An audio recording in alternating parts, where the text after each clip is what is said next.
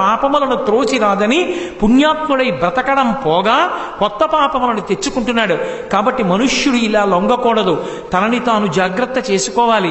హరినామ సంకీర్తనము భగవద్భక్తి కన్నా దివ్యమైనటువంటి ఔషధము లేదు. శ్రీమన్నారాయణుని యొక్క పాదార విందముల యందు సంతతము మనసు ఉంచి భక్తితో జీవనం సాగించినటువంటి వాడి యొక్క పాపములన్నిటినీ పరమేశ్వరుడే కాల్చేస్తాడు. అందుకే మనందరం కూడా భక్తితో ఉండడం ప్రారంభం చేద్దాం. శ్రీహరినామాన్ని కీర్తించినటువంటి వాళ్ళ పాపములన్నీ కాలిపోతాయి. కాబట్టి మనందరం కూడా భగవన్నామ సంకీర్తనం చేద్దాం. అజ్ఞానంలో కొట్టుకుపోకండి, నా మాట వినండి, మీ అందరూ కూడా ముకుంద స్మరణం చెయ్యండి అన్నాడు. వాళ్ళన్నారు, నువ్వు మాతో పుట్టావు, మాతో పెరిగావు, మాతో ఉన్నావు, మా దగ్గర నుంచి బయటికి ఎక్కడికి వెళ్ళలేదు, మాకెవ్వరికీ గురువుగారు ఎప్పుడూ చెప్పని విషయాలు నీకెవరు చెప్పారు, నీకెలా తెలిసాయి ఇవన్నీ అని అడిగారు. అప్పుడు చెప్పాడు, మా తండ్రి గారు తపస్సు చెయ్యడానికి వెళ్ళినటువంటి సమయంలో నా తల్లి అయినటువంటి లీలావతీదేవి యొక్క గర్భంలో నేనున్నాను.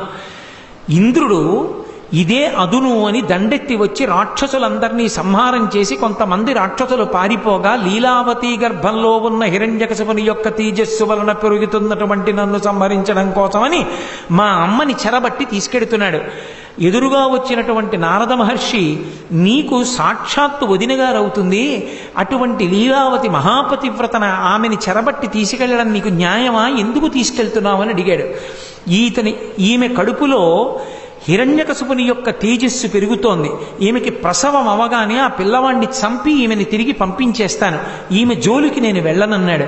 వెంటనే నారదుడు నవ్వి, నీకేం తెలుసు, ఈమె కడుపులో పెరుగుతున్నటువంటి వాడు మహాభాగవతోత్తముడు, ఆయన్ని చెనకడం ఎవరికీ సాధ్యం కాదు, నా ఆశ్రమానికి తీసుకెడతానని తన ఆశ్రమానికి తీసుకెళ్ళి నారద మహర్షి ప్రతిరోజు కూడా జ్ఞానబోధ చేస్తూ ఉండేవారు.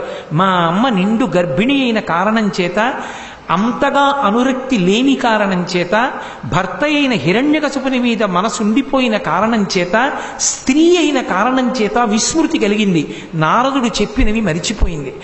అమ్మ కడుపులో ఉన్న నేను నా కోసమే నారదుడు చెప్పాడా అన్నట్టుగా విన్నాను. కానీ చిత్రం ఏమిటంటే, అమ్మ కడుపులో ఉన్న నేను మరిచిపోలేదు, అసలు విన్న అమ్మ మరిచిపోయింది. విన్నది మరిచిపోకుండా ఉండడానికి, జ్ఞాపకానికి రావడానికి కారణం ఎక్కడుందో మీకు చెప్తాను, వినండి అన్నాడు.